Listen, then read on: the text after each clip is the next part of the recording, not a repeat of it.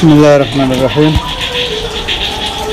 الفاتحة إلى حضرة سيدنا مولانا حبيبنا شفيعنا قرة عيننا محمد صلى الله عليه وسلم، ثم إلى أرواح جميع آبائنا وإخواننا من الأنبياء والمرسلين وآل كل من الصحابة والسائر الصالحين، ثم إلى أرواح سادتنا أبي بكر وعمر وعثمان وعلي سائر أصحاب رسول الله أجمعين، ثم إلى أرواح سيدتنا فاطمة الزهراء وخديجة الكبرى وعائشة رضي سائر أزواج رسول الله أجمعين، ثم إلى الإمام الحسن والإمام الحسين جميع ذريتهما، ثم إلى رسول المهاجر محمد بن عيسى اسمه بن مقدم محمد بن علي العلوي، ثم إلى رسول المقدم ثاني سن عبد الرحمن الصديق العلوي، ثم إلى رسول المختار وإخوانه الجميع، ثم إلى رسولنا مولانا الحبيب عبد الله بن الفقيه، سيدنا مولانا عبد القادر بن أحمد الفقيه، سيدنا مولانا الحبيب أبو بكر محمد الصديق وأصولهم وفروعهم وأزواجهم وأهل سلسلتهم وخلفائهم، ثم لا كل من علي حق من أوليائك وعلماء أهل السنة والجماعة أجمعين، ثم إلى أرواح سلطان الأولياء مولانا الشريف هداية الله مولانا رحمة العنبال وجميع أولياء التسعة، ثم إلى روح كل من أمضى لهم الترتيب دائما، ثم سنة سيد كرمية جدا سرعي في بركة المستقبل خلق سنة رمضان تنتمنى من بجرين من بشكل من فضالنا بن عربي هذه السنة ومعشر المفرده، ثم إلى روح من شافعي مالك حنفي حنبلي، ثم إلى هباء الحداد الشيخ أحمد بن سمحة في عمر بن رحمة عطاش عليم بن بارك، ثم عبد الله عبدالله أبو بكر أبنه أبو بكر بن أبو عطاش والشغل المفروض إلى أهل سلسلته، ثم إلى روح الشيخ عبد القادر الجيلاني والسيدي أحمد كبير الرفاعي والسيدي إبراهيم القشيقي والسيدي أحمد البدوي، ثم إلى روح جميع الأقطاب والأوقات والأنجاب والأبدال والرفقاء، ثم إلى روح كل ولي وولية من مشارق الأرض إلى مغاربها صغيرهم وكبيرهم ذكرهم وأنثاهم وأصولهم في البلايا خلفائهم وأهل سلسلتهم، ثم إلى روح الإمام الصاوي والإمام المحلي والإمام السيوطي جميع المفسرين من أهل السنة والجماعة، ثم من نفعني وأولادي وبناتي وذريتي وأهلي من الصدق في محبتي واعتقادي ومن ساعدني بالصدق من بركاتهم وأسرارهم وأنوارهم وعلمنا في الدين والدنيا والآخرة والدوام بلا مهنة دنيا وأخرى إلى حضرة النبي محمد صلى الله عليه وسلم. الفاتحة.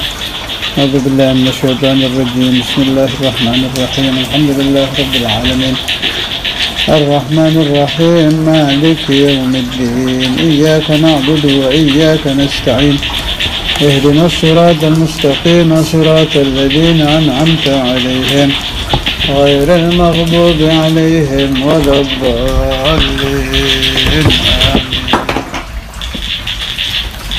بسم الله الرحمن الرحيم.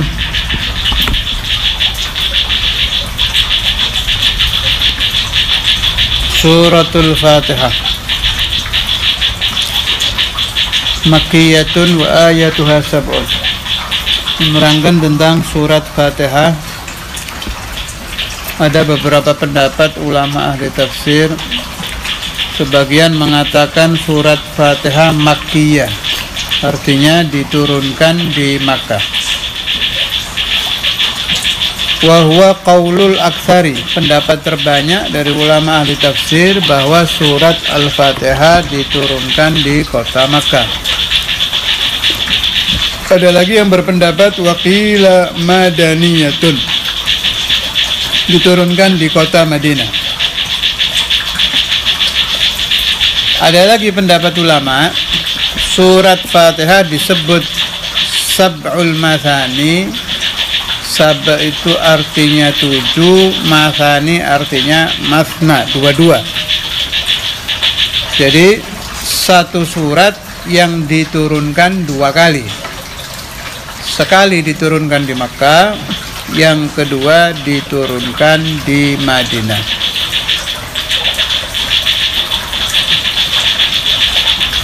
Saya berpendapat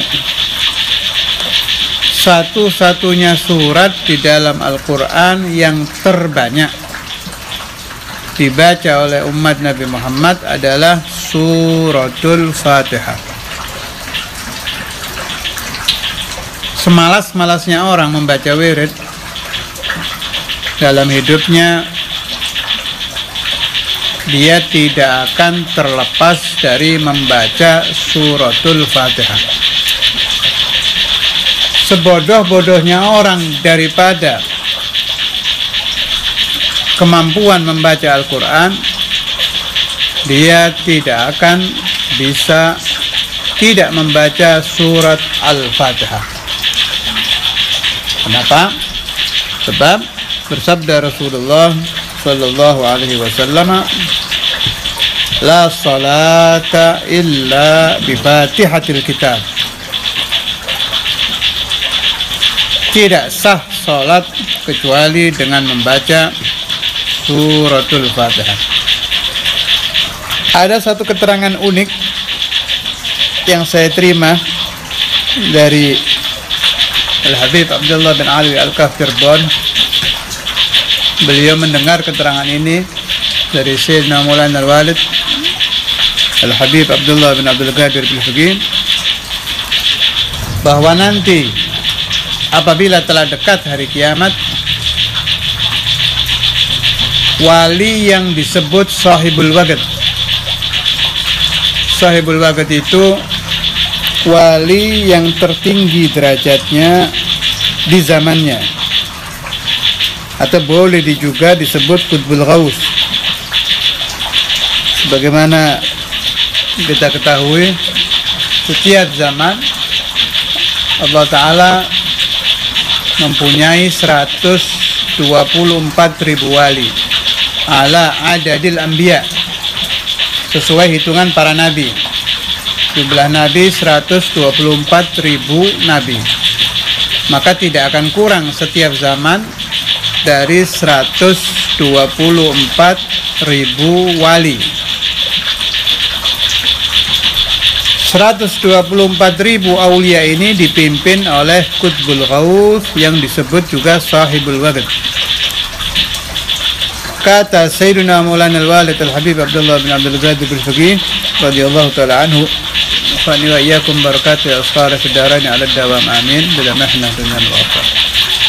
Bahwa nanti apabila dekat hari kiamat, Sahibul Waqt tidak memiliki hafalan Al-Quran kecuali suratul Fatihah. Fayulaqinun nasa bidzalik. Kemudian beliau mentalqin umat manusia dengan suratul Fatihah. Riwayat yang unik ini, ketika Al-Habib Abdullah bin Ali Al-Kaf berziarah ke Muhaddithul Hijaz Sayyid Muhammad bin Alawi Al-Maliki, kemudian beliau ceritakan keterangan ini. Sayyid Muhammad Al-Maliki sampai bertanya, min aina arafta hadza, dari mana kamu dapat keterangan ini? Makna ini keterangan tidak pernah terdengar oleh beliau. Dijawab oleh Al-Habib Abdullah bin Ali Al-Kaf, min syekhi Samahatul Ustadz Imam Al-Hafidh Al-Musnid Al-Kutub Al-Habib Abdullah bin Abdul Qadir Al-Fiqih rahimahumullahu ta'ala. Kesemuanya yang saya sebut nama-namanya tadi telah berpulang rahmatullah. Allah manfa'ani wa iyyakum min barakatih wa asrarih wa anwarih wa asrari jami'i awliyaillah ala dawam bila mahna dunia wal akhirah. Kita lanjutkan.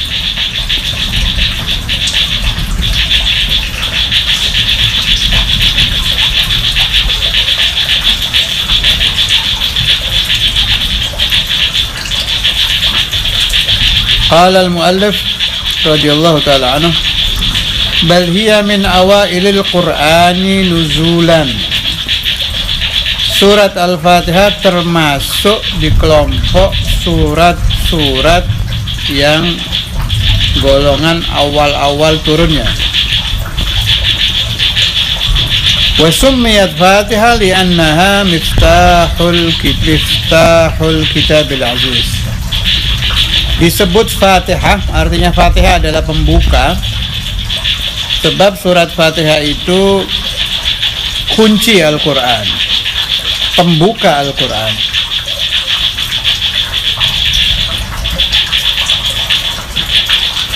Ulama menerangkan bahwa surat Fatihah mempunyai 20 nama.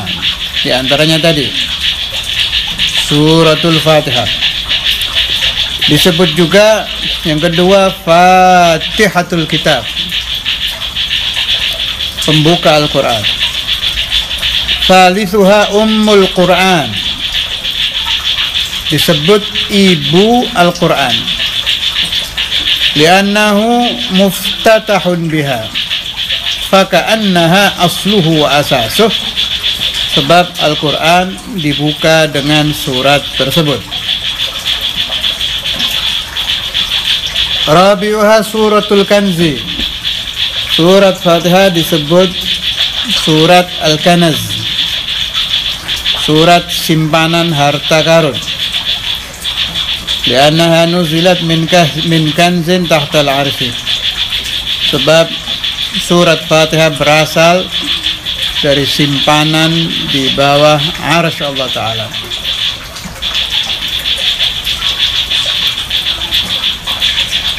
Khamisuha Al-Kafiyah, surat Fatihah disebut suratul Kafiyah. Kenapa disebut surah Kafiyah? Sebab segala urusan akan tercukupi dengan surat Fatihah. Masalah apa saja akan selesai apabila kita meminta kepada Allah Ta'ala dengan membaca suratul Fatihah. Dan hal ini sudah menjadi kebiasaan para ulama dan aulia ahlu sunnah wal jamaah. Mereka terbiasa setiap akan meminta kepada Allah Ta'ala. Bahkan saya teringat waktu Muhadditsul Hijaz Sayyidina Maulana Sayyid Muhammad bin Ali al-Maliki berziarah ke Darul Hadith untuk bertemu dengan Sayyidina Maulana Al-Walid Al-Habib Abdullah bin Abdul Qadir bin Faqih. Waktu itu waktu cukup malam, bertemunya di ruangan yang di Darul Hadith disebut Mahallul Bukhari. Terdengar suara di tempat anak-anak pesantren bahwa obrolan kedua ulama besar ini dan kedua ahli hadis ini selalu diselingi dengan membaca wa ila hadratin nabi al-Fatihah. Nanti ngobrol-ngobrol tentang ilmu lagi, muncul lagi suara itu wa ila hadratin nabi al-Fatihah. Dan itu saya lihat bukan hanya di majelis Sayyidina Maulana Al-Walid. Waktu saya berkunjung ke Yaman, Hadramut, saya melihat, mendengar dan hadir. Tidak pernah satu majelis seorang ulama atau seorang saleh atau seorang wali yang kosong dari pembacaan suratul Fatihah. Kemudian kalau kita renungkan, para ulama dan para aulia itu selalu menutup bacaan Fatihah ada yang dengan kata-kata syai'un lillah lahu wa lahumul Fatihah, ada yang begitu. Ada yang bisirril Fatihah, ada yang bisirri asraril Fatihah, ada yang pakai wa ila hadratin nabi al-Fatihah. Menurut pendapat saya yang terbaik memakai kalimat wa ila hadratin nabi Muhammad sallallahu alaihi wasallam al-Fatihah. Meskipun tidak ada satu umat yang membaca surat apapun, baik surat Al-Fatihah, suratul Ikhlas, atau surat apa saja dari Al-Quran, pahalanya yang mendapat terbanyak adalah hadrat Sayyidina Maulana Muhammad SAW. Itu jelas. Tetapi apabila si bacaan Fatihah juga kita niatkan pahalanya untuk Nabi, maka Nabi mendapat dua. Mendapat pahala yang memang rentetan dari ajaran beliau yang turun-temurun sampai sekarang, dan mendapat pahala suratul Fatihah yang pakai kalimat wa ila hadratin Nabi Muhammad sallallahu alaihi wasallam al-Fatihah.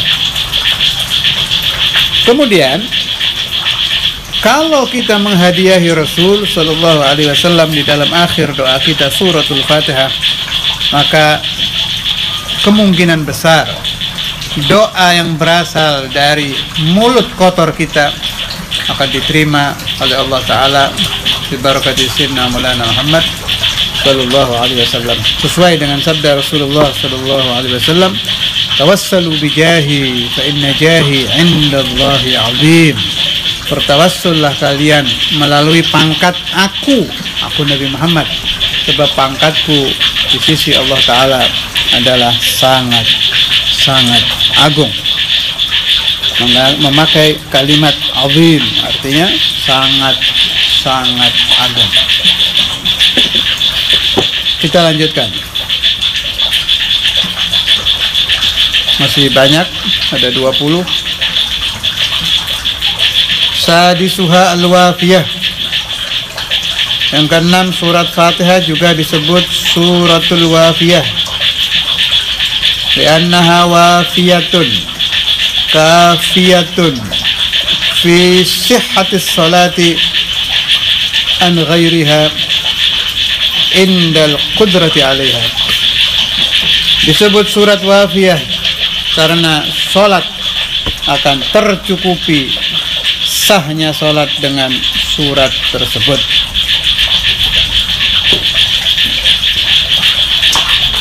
Yang ketujuh,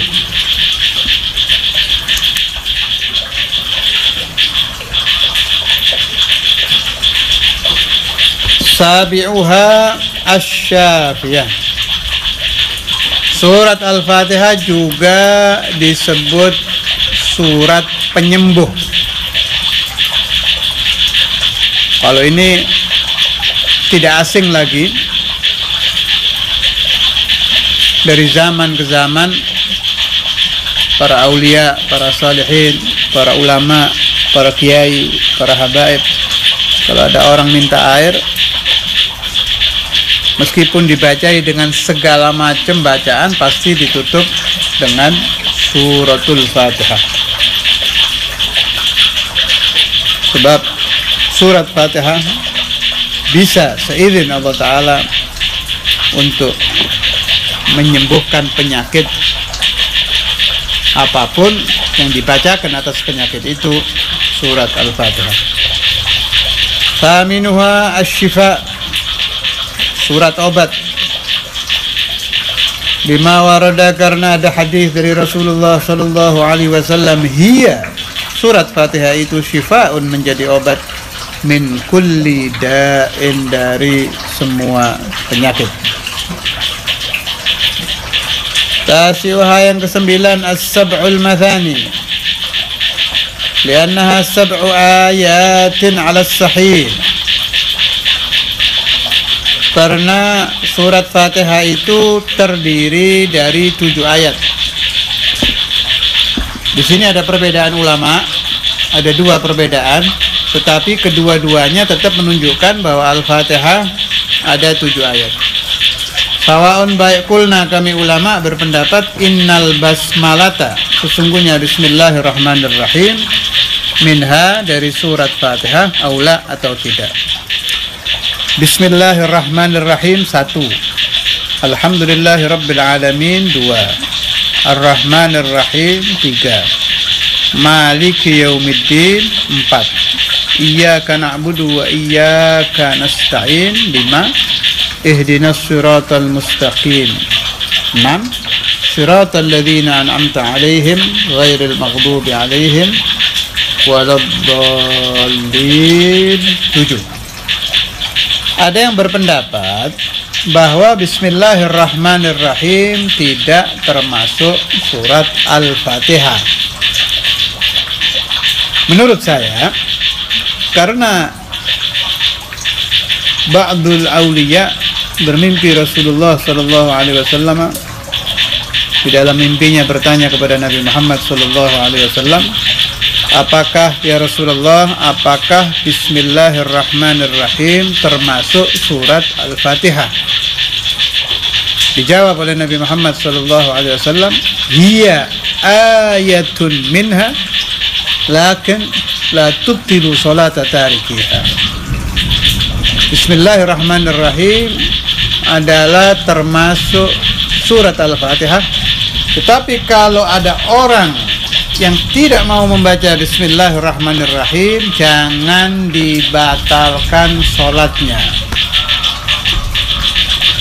Kita tahu bahwa di Masjidil Haram kalau membaca surat Al-Fatihah, mereka tidak, sebetulnya yang lebih tepat bukan tidak membaca basmalah, tapi israr, tidak memunculkan suara, disirkan, dihilangkan suaranya. Mereka tetap membaca, saya kira, hanya tanpa suara. Alhamdulillahirabbil alamin. Bismillahirrahmanirrahim tidak terdengar. Di sini ada dua pendapat ulama. Sayyidina Al-Imam Al-Allamah Al-Qutb Al-Habib Ahmad bin Hasan Al-Attas, beliau mempunyai pendapat kalau kita makmum dengan orang yang tidak membaca Bismillahirrahmanirrahim, kita tidak perlu mengulang sholat kita. Sebagian lagi ulama berpendapat, di antaranya guru saya Syekhuna Abu Yahya dari Bandung, ketika beliau haji, selama beliau di Haramain 5 waktu sholat selalu beliau ulang. Jadi tetap bermakmum untuk mendapatkan fadilatul jamaah. Setelah itu beliau sholat lagi, baik subuh, duhur, asar, maghrib, isya. Ketika ditanya, beliau menjawab, dalam mazhab Syafi'i, tanpa Bismillahirrahmanirrahim Fatihah tidak sah. Sedangkan saya tidak mendengar. Pendapat ini tidak bisa kita abaikan, sebab beliau mengikuti mazhab Syafi'i secara hati-hati.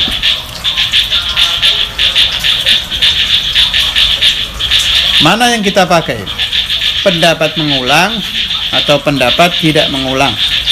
Jawab saya, dua-duanya boleh. Kalau hati-hati ya mengulang, tidak mengulang ya tidak apa-apa. Ada imamnya, ada ulama yang mengulang, ada ulama yang tidak mengulang.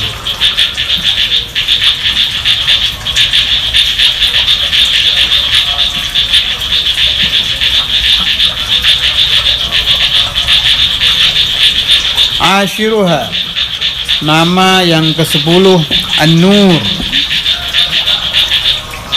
Surat Fatihah disebut surat cahaya.